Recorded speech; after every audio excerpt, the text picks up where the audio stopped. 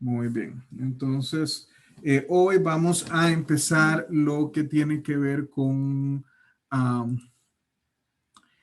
campos vectoriales integrales de línea. Entonces, repasemos. ¿Qué es una función real?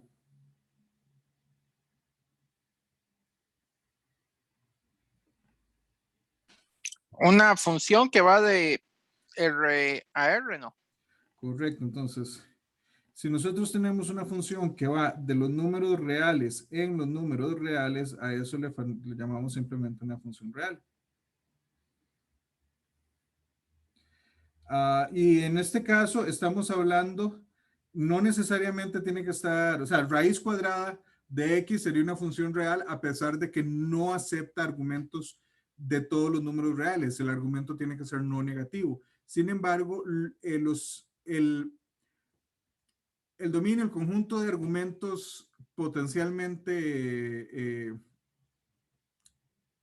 usables, por decirlo de alguna manera, o aceptables por la función, son de R, y lo que nos da la solución, lo que nos da la función es también un número real.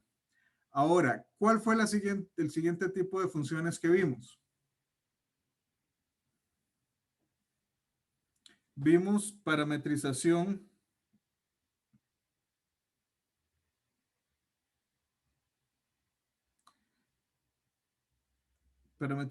de curva. Que si, pongamos, si R es una parametrización de curva, entonces ¿de dónde a dónde va R? De R a Rn. Va de R a un cierto Rn. Después de eso, en este mismo curso vimos funciones de varias variables.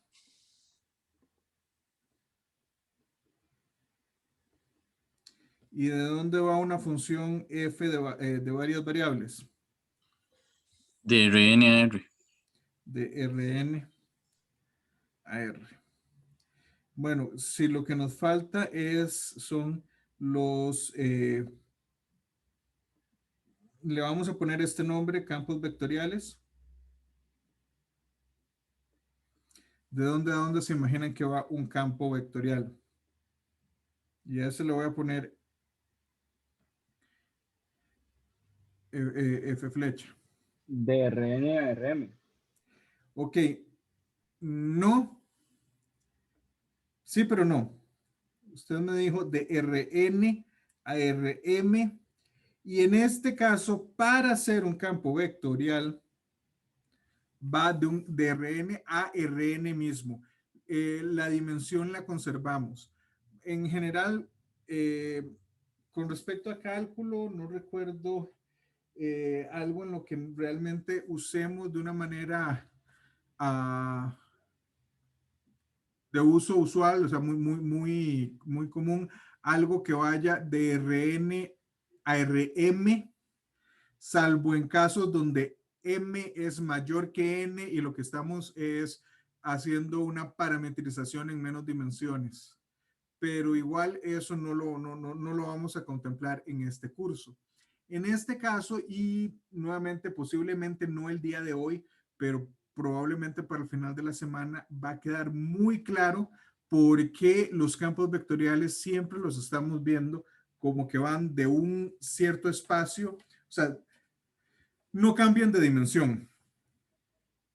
De R2 a R2 o de R3 a R3, de R26 a R26, como quieran verlo, pero mantenemos la dimensión. Hay un montón de cosas que vamos a ver con respecto a los campos vectoriales y hasta cierto punto vamos a empezar a analizarlos como simplemente como se les ocurre que asumamos en este caso un caso simplecito. F es un campo vectorial en el plano de R2 a R2. Entonces, ¿cómo se les podemos decir que es? Pueden pensarlo como U y V, pero usualmente igual se representa como XY, ¿cómo representarían a este campo vectorial? ¿Cómo se les ocurre que podríamos, podríamos considerarlo? Podríamos representarlo.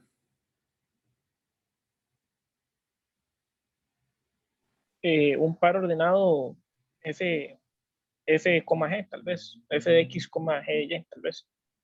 En realidad es f de x, y en la primera coordenada más un g de x, y en la segunda coordenada. No puede darse esto, o sea, entendamos. Creo que fue Gabriel, me parece, es que no estaba viendo en el momento en el que habló quién habló, pero perfectamente. Okay.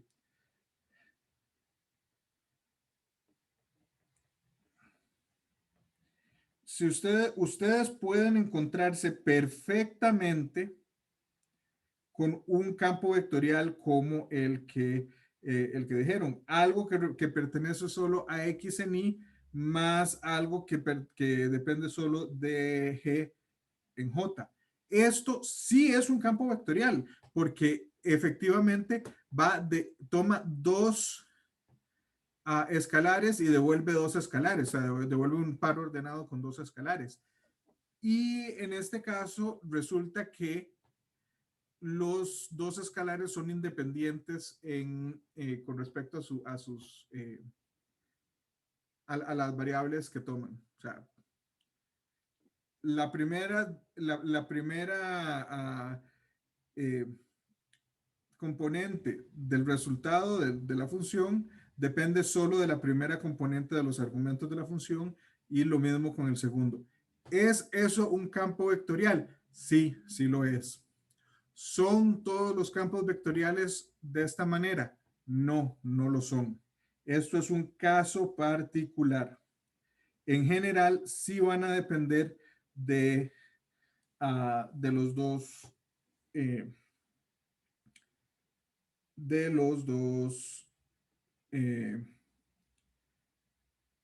argumentos. Una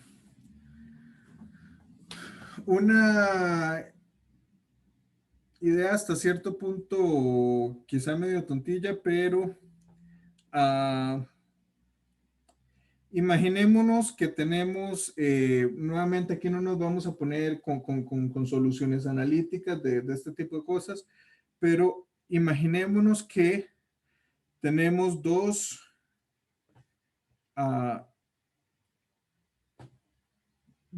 puntos en el espacio, dos masas, M1 y M2, y en algún momento tienen cada una de ellas un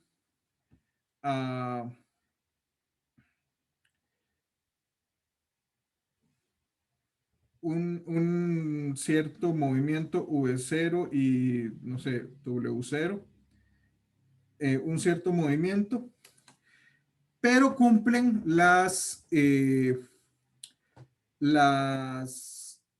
condiciones de gravitación universal, que nos dice que la fuerza gravitatoria va a ser la masa 1 por la masa 2 por una cierta constante gravitacional entre la distancia al cuadrado. Y eso evidentemente nos va a poner una cierta fuerza de esta.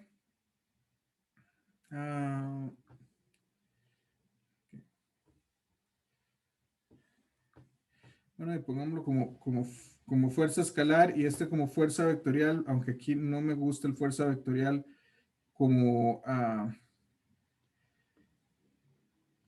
con esa F, porque es la notación que estamos usando para el campo vectorial, pero por el momento pongámoslo así. ¿Qué sucede? Que evidentemente esta fuerza que está experimentando M1 por la presencia de M2 va a variar este vector. Y uno podría pensar, bueno, ¿cuál sería la posición V a lo largo del tiempo? por un lado, pero también uno podría decir, bueno, asumiendo estas condiciones iniciales, si llegase al punto XY, ¿cuál sería la dirección en la que estaría viajando? Resulta que este tipo de sistemas, los sistemas de tres cuerpos, y ya en eso tienen que meterse más en cuestiones de física, pero el problema de los tres cuerpos es un problema irresoluble, ¿verdad? Es un problema que se puede simular, pero no hay, en general, no hay soluciones analíticas. Si usted tiene tres cuerpos moviéndose en el espacio, eh, no hay una fórmula general que nos permita predecir la posición de cada uno en el tiempo. Con dos sí se puede. Con dos cuerpos sí se puede. Pero entonces nosotros podríamos ver cómo va cambiando esta dirección y velocidad en la que se mueve la primera masa cuando alcanza el punto XY, y no necesariamente va a alcanzar al punto XY. Hay un par de cosas que deberíamos ver. Por ejemplo, nosotros podemos asumir, si nosotros tenemos, incluso imaginémonos en varias variables, si tuviésemos tres variables, pues podemos verlo esto como f de x, y, z en i más un g de x, y, z en j más h de x, y, z en k. Así sería como lo representaríamos. Vamos a introducir dos operadores en este tipo de funciones que eventualmente vamos a necesitar. Uno de ellos lo vamos a utilizar un montón. El otro, en física lo usan mucho, nosotros no necesariamente lo vamos a usar tanto. El primero que ese sí lo vemos mucho es la divergencia. Entonces, si en este caso, bueno, si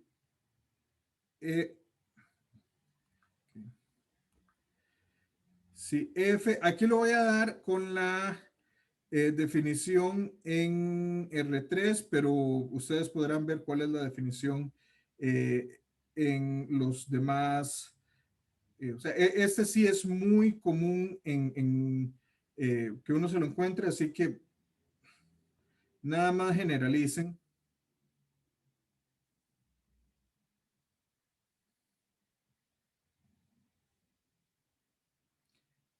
Y es una diferencia, aunque lo pensemos como en tres dimensiones, esto va a tener claramente una generalización. El siguiente que vamos a ver, no necesariamente. En este caso, si f, g y h son diferenciables, ¿qué quería decir diferenciables?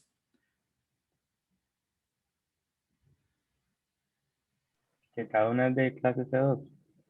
Correcto, que cada una de ellas usted puede sacarle todas las posibles primeras y segundas derivadas con respecto a cualquier combinación.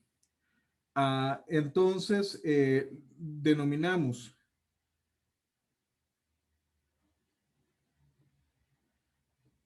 la divergencia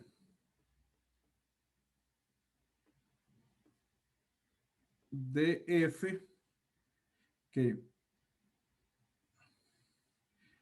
muchos libros lo ponen como div f, que es nada más df de x más de g de y. sea, que no se confunda la G con la Y, perdón, de G, delta G, delta Y, más delta H, delta Z. Muchos libros ustedes van a ver que simbolizan esto como con esta notación. Este es el símbolo del gradiente y si ustedes recuerdan, el gradiente es, si usted tiene una sola función, es la función, la derivada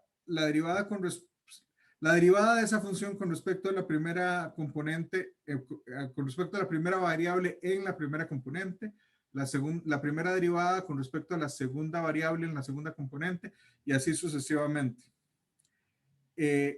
Entonces, esto lo que la gente se usa esta notación como truco casi que mnemotécnico. ¿Por qué? Porque uno dice, bueno, esto es df, ok.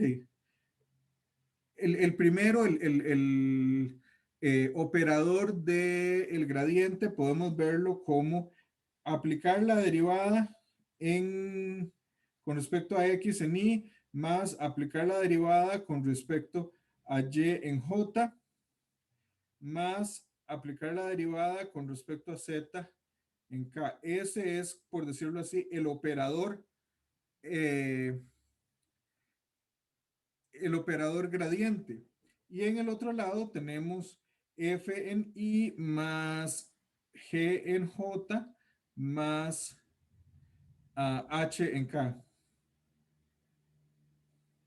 Entonces, hasta cierto punto podemos ver esto como simplemente, y aquí las comillas es hasta cierto punto importante, esto es claramente un abuso del lenguaje, pero da una buena idea de qué es lo que uno está haciendo. Uno tiene este campo vectorial que tiene una componente, o sea, una función real de varias variables como componente como cada una de las componentes y lo que vamos es a derivarla con respecto a la variable correspondiente. Entonces, sacamos en i, multiplicamos las cosas que van en i. Entonces, en i tenemos aquí derivada con respecto a x y aquí tenemos f. Entonces, obtenemos derivada de f con respecto a x. En j tenemos derivada con respecto a y acá y g aquí. Entonces, tenemos la derivada con respecto a y y lo mismo derivada con respecto a z en k y h en k. Obtenemos la derivada de h con respecto a z. Nuevamente, un poquito de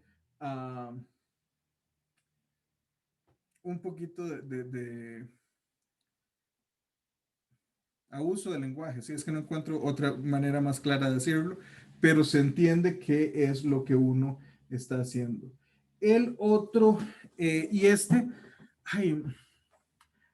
yo hice algo que no debía, o no hice algo que debía haber hecho. Yo debía haber buscado en los libros en español específicamente de cálculo, porque el siguiente lo he visto denominado de varias formas. En inglés esencialmente lo he visto denominado de una forma. En inglés lo llamamos the curl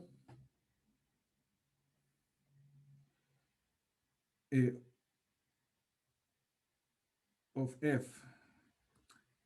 Ponémonos esto de arriba y nada.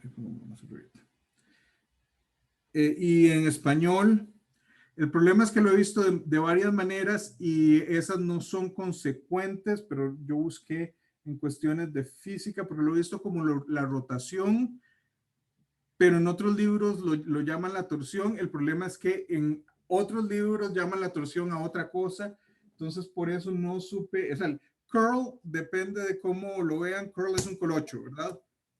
Por eso es que a alguien que tiene el pelo colocho le dicen que tiene curly hair.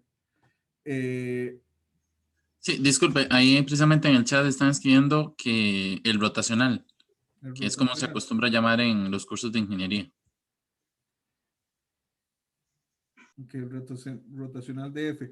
Y dicho sea de paso, yo tiendo, en matemática a veces tendemos a ver las cosas de un punto más general, sin embargo, sea como sea, los ingenieros diseñan cosas en 3 dimensiones.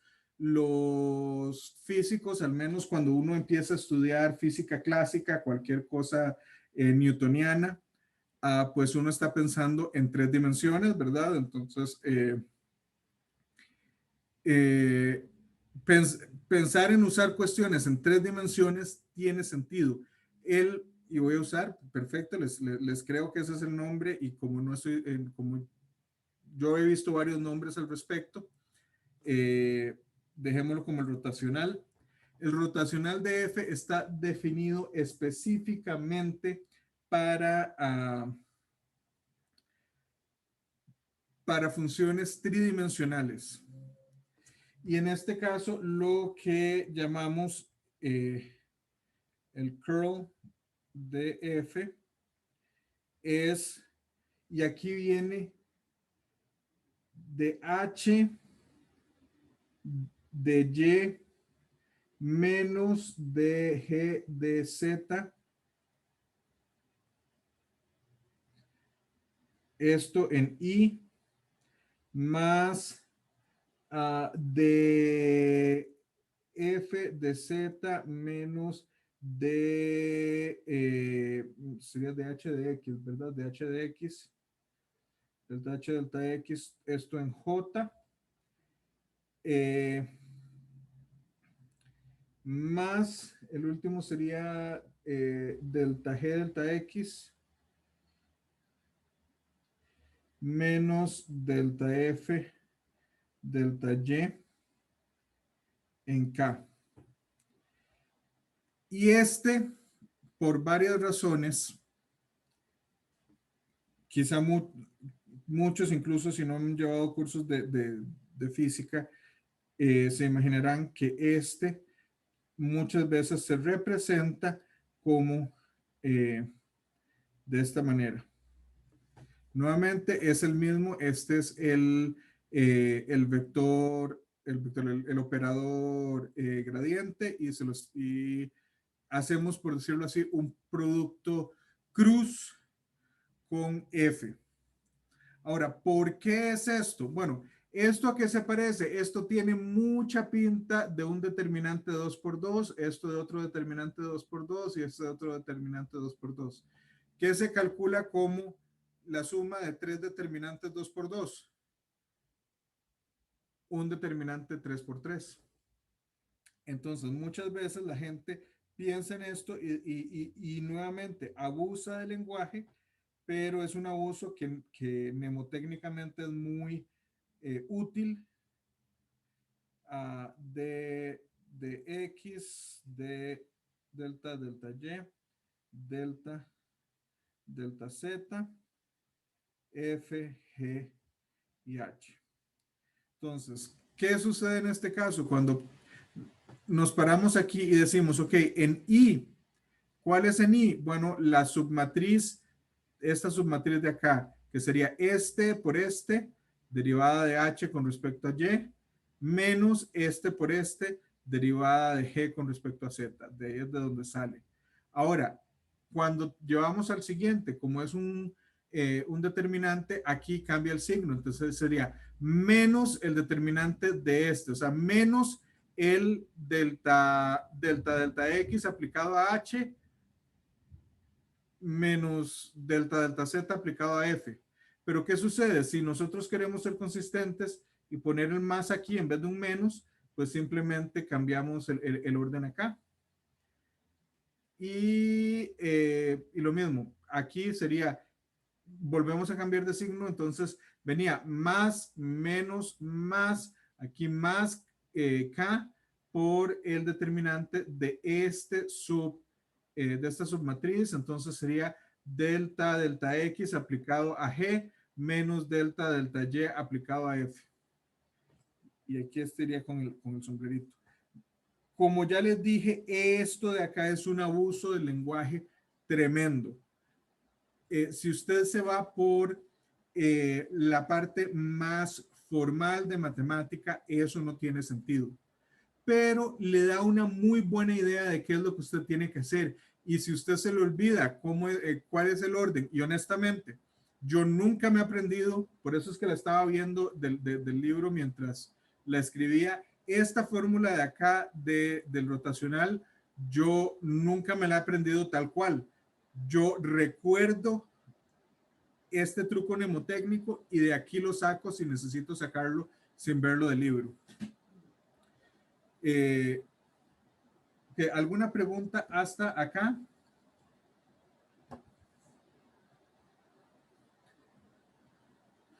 Muy bien. Por cierto, dado que vimos esto,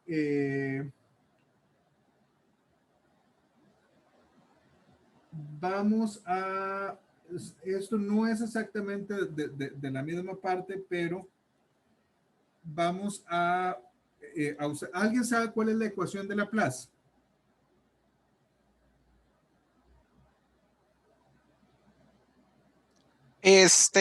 Para un campo escalar sería la divergencia del gradiente de una función. Ok. Igual a cero. Igual a cero. Correcto. Visto. Okay. Formalmente hablando, y en este caso, imaginémonos que es un 2x2 para hacerlo sencillo. F de XY lo vamos a ver como F minúscula de XY, o sea, aquí es un escalar en I más G de XY en J.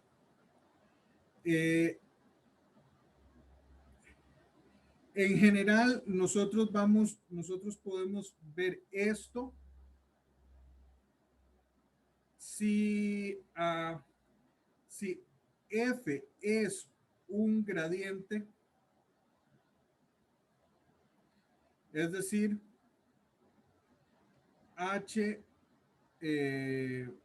delta H delta X es igual a F y delta H delta G delta Y, perdón, delta Y es igual a G. Entonces, muchas veces la ecuación de Laplace sería la segunda de H con respecto a X las dos veces, más la segunda de H con respecto a Y las dos veces igual a 0. O lo que es lo mismo, la divergencia de la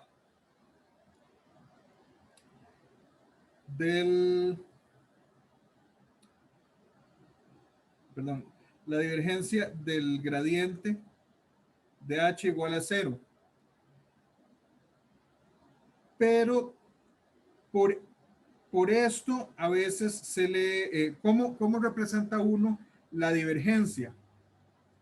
La divergencia, uno dice, ok, es el operador gradiente producto punto con el vector, el campo vectorial que tenemos. Y a veces la gente lo ve de esta manera, lo ve como esto como un solo operador aplicado a H y dicen que esto es igual a 0. Entonces, por si ven, esto nuevamente también es abuso del lenguaje, pero es un abuso del lenguaje que si uno lo tiene, tiene claro qué es lo que está haciendo, puede ser muy útil. O sea, ustedes pueden, en vez de escribir una cosa enorme, escribir algo más pequeño, si tienen en mente eso que están haciendo. ¿Por qué es que yo insisto con que es un abuso del lenguaje? Porque de la manera más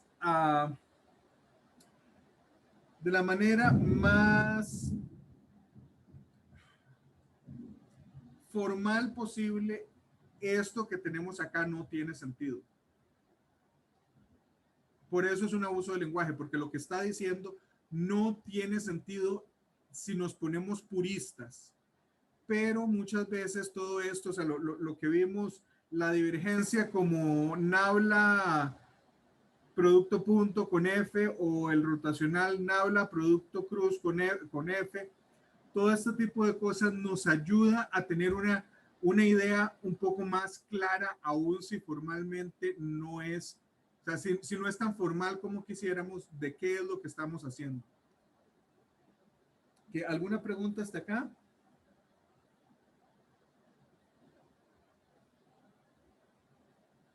Vamos entonces a introducir, por lo menos brevemente, lo que son las integrales de línea.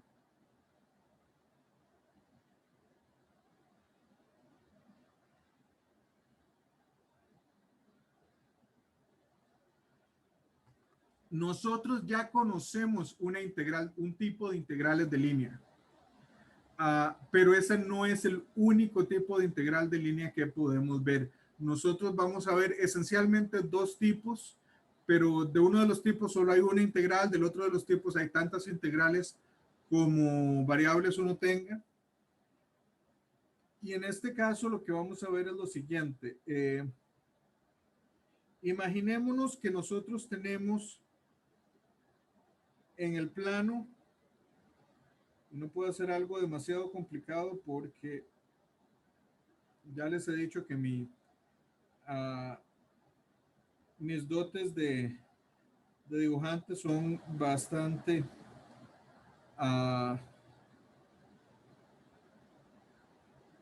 deficientes. Imaginémonos que esta es nuestra recta C. Y sobre ella estamos evaluando una cierta función y podemos ver esa función. Déjenme usar otro color acá. Podemos ver otra función.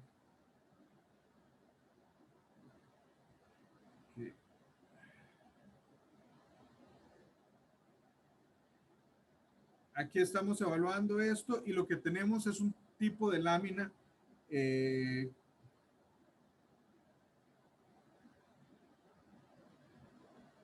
ok, esa última quedó terrible, tratamos de hacerla más recta. Entonces tenemos un cierto tipo de lámina ahí, que esencialmente es esta parte de acá, corresponde a una función, perdón, si en este caso sería una función f de xy evaluada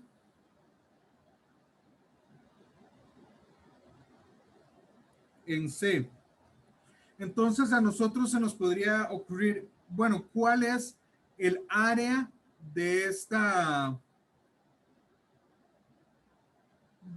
lámina de papel o del material que estemos usando?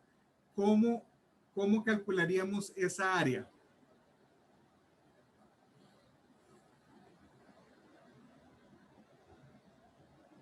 Y asumamos que C es una curva suave, entonces tenemos, C admite, ¿le escucho? O sea, para así decirlo, estamos buscando como el área bajo la línea. Sí, hasta cierto punto. Lo que pasa es que vean que es sobre esta curva en específico. Entonces sí, tenemos esta, por decirle así, esta línea acá. El problema es que en español, a veces cuando uno dice línea, piensa en una línea recta pero sí, o sea, esencialmente imaginemos que nosotros tomamos esto que tenemos acá y lo estiramos y lo ponemos planito y queremos ver cuál es esa área. ¿Cómo calculamos esa área?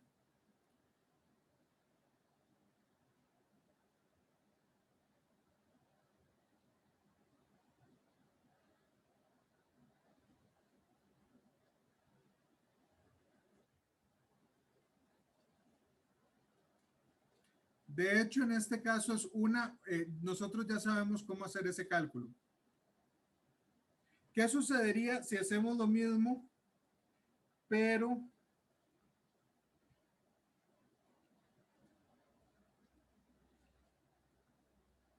o sea, si tenemos exactamente el mismo, la misma recta, pero pero aquí en todo lado, esta, en vez de tener una altura variable, esta tiene una altura fija. Y esta altura, de hecho, la conocemos y sabemos que esta altura es exactamente 1. ¿Cuál sería el área en este caso?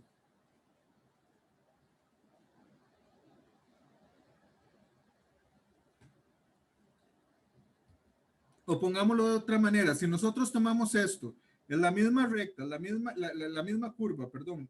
Esta es nuestra curva C y sobre ella estamos evaluando nuestra función que es 1. ¿Cuál es el área de este pedacito de material que estamos usando? ¿O visto La de longitud de la longitud. curva. La longitud. ¿Perdón? La longitud de la curva. Correcto. Esto esencialmente, si nosotros lo estiramos, esto va a ser un rectángulo que va a tener un lado igual a 1 y el otro lado va a ser la longitud de esta curva C. ¿Cuál es entonces el área de esto?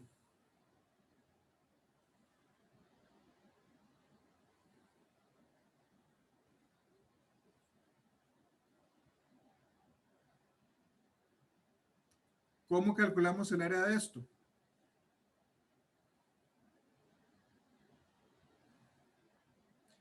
¿Cómo calculamos la longitud de una curva? Ya dijimos que es la longitud de C. ¿Cómo nosotros usualmente representamos la longitud de C? Integral de la norma. La integral de ds. Así es como solemos ponerlo. Entonces, en este caso, el área de acá sería la integral de f de x, y con respecto a s. Esta es una integral de línea. No es el único tipo de integral de línea. Esta es una integral de línea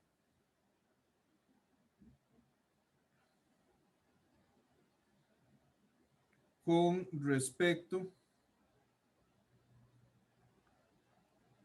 a la longitud de arco.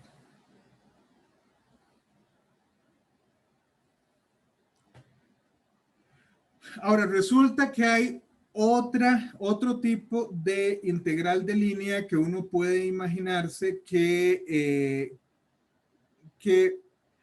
vamos a darle o a tratar de darle una interpretación geométrica, pero no, ¿cómo les digo?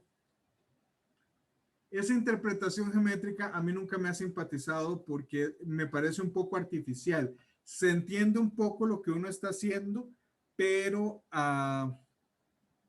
siempre me ha parecido algo artificial y no termina de simpatizarme. Imaginémonos que tenemos esencialmente la misma, veamos qué hora es. Si nos da tiempo por lo menos de introducir el otro concepto. Aquí voy a usar un montón de mis pobres capacidades de dibujante y los tenemos la misma curva C y tenemos la misma idea de esto más bien de una curva que va como así. Entonces, aquí en vez de que nos interese en realidad el área de esta lámina que vamos teniendo acá, nos interesa un área distinta. Imaginémonos que ponemos aquí un espejo. Aquí ponemos un cierto espejo que es paralelo al eje X. ¿Y qué es lo que vemos si nosotros ponemos ese espejo? ¿Qué es lo que vemos en el espejo? ¿Qué es? O sea, esencialmente lo que vemos es una cierta proyección paralela al eje X de esto que tenemos acá. Entonces, en realidad, lo que nosotros vamos a ver, C para nosotros no va a tener esa forma como de S que vemos acá, porque esa forma como de S es una cierta profundidad que la brinda, en este caso, la componente Y, que vamos a carecer del todo cuando hacemos ese tipo de proyección. Solo vamos a ver el X y el Z. Entonces aquí nuestro C se va a ver como así. Se va a ver como un segmento de recta. Y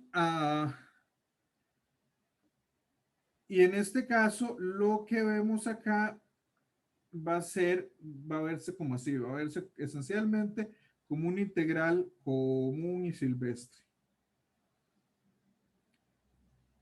Pero en este caso, estamos viendo las cosas con respecto a X. Entonces, si nosotros queremos encontrar esto, pues encontrar esta área, ¿qué es lo que tenemos que hacer? Bueno, nos integramos con respecto a X, pero fijándonos solo a los valores de la curva como si estuvieran proyectados y dependieran solo de X. Eso resulta que lo vamos a poder hacer, eso lo vamos normalmente a representar de esta manera. O sea, esto lo vamos a representar como la integral de f de x y y de x. Pero, ¿qué representa esto? Bueno, si nosotros tenemos nuestro c por un r de t, esto esencialmente representa la integral de f evaluado en r de t, donde t va de a a b, donde a y b son los límites de la integración, de la parametrización. Multiplicamos esto por x' de t e integramos con respecto a t. Resulta que eso, geométricamente, lo que vamos a estar viendo es esta área. Les dije desde un principio, el problema que vamos a tener acá es que esa es una... o sea, la interpretación, como yo les había avisado antes de hacerla, me parece un poco... ¿cómo ponerlo? Un poquito artificial, como que es como lo mejor que tenemos para imaginarnos geométricamente qué es lo que está sucediendo. Pero, ¿por qué es que vamos a estar viendo esto? Bueno, porque resulta que esto nos va a permitir sacar un tipo de integral directamente de campos vectoriales. ¿Por qué? Porque en este caso, esta es la integral de línea con respecto a X. Y por cierto, ¿qué es X' de t en este caso? Bueno, en este caso, nosotros imaginamos que R de t es X de t en Y más Y de t en J. Entonces, esta X' de acá es la derivada de esta función en la primera componente de la parametrización de R. Hay una cosa muy interesante que sucede y eso sí lo vamos a demostrar probablemente en la próxima clase, pero no nos da tiempo ahora. Resulta que esta integral de línea no depende de la parametrización. O sea, mientras la parametrización esté dada en la misma dirección, o sea, en este caso, si yo agarro dos parametrizaciones cualesquiera y hago esta misma integral, bueno, dos parametrizaciones, estoy asumiendo que las parametrizaciones son suaves, ¿verdad? Con toda la teoría que ya tenemos de parametrizaciones suaves previas. Pero si la parametrización va en el mismo, en la misma dirección, la integral de línea, ya sea una integral de línea con respecto a X o con respecto a Y o con respecto a Z o con respecto a la longitud de arco, van a ser exactamente lo mismo. Entonces, no necesitamos, no necesitamos preocuparnos mucho de que sea R, y más aún, algo que nos permite eso es que en ciertas curvas que la parametrización va a ser, quizá uno pueda visualizar una parametrización cuya integral sea más fácil, mientras la parametrización sea suave, nosotros y en la misma dirección, nosotros podemos cambiar una parametrización por otra sin alterar el valor que obtenemos. ¿Alguna pregunta hasta acá?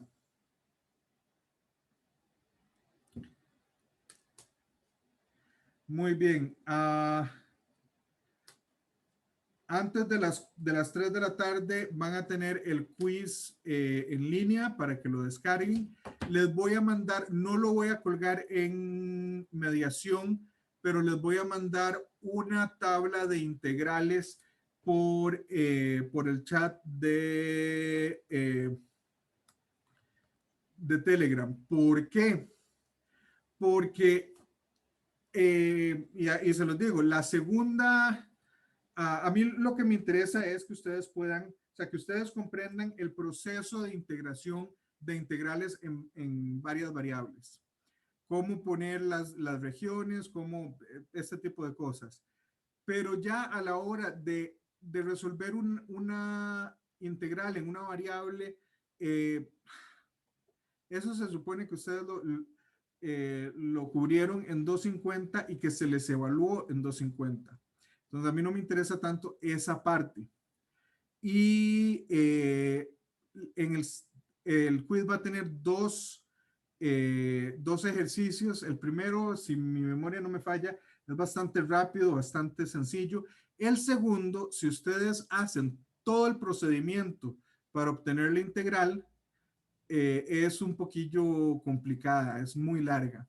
Pero si ustedes en un momento llegan y resuelven hasta un cierto punto y les va a quedar una integral que pueden partir en varias integrales, y cada una de esas integrales pueden buscarla en la tabla que les mando y decirme, según la tabla, esta integral es tanto, sumamos todo junto y nos da tanto.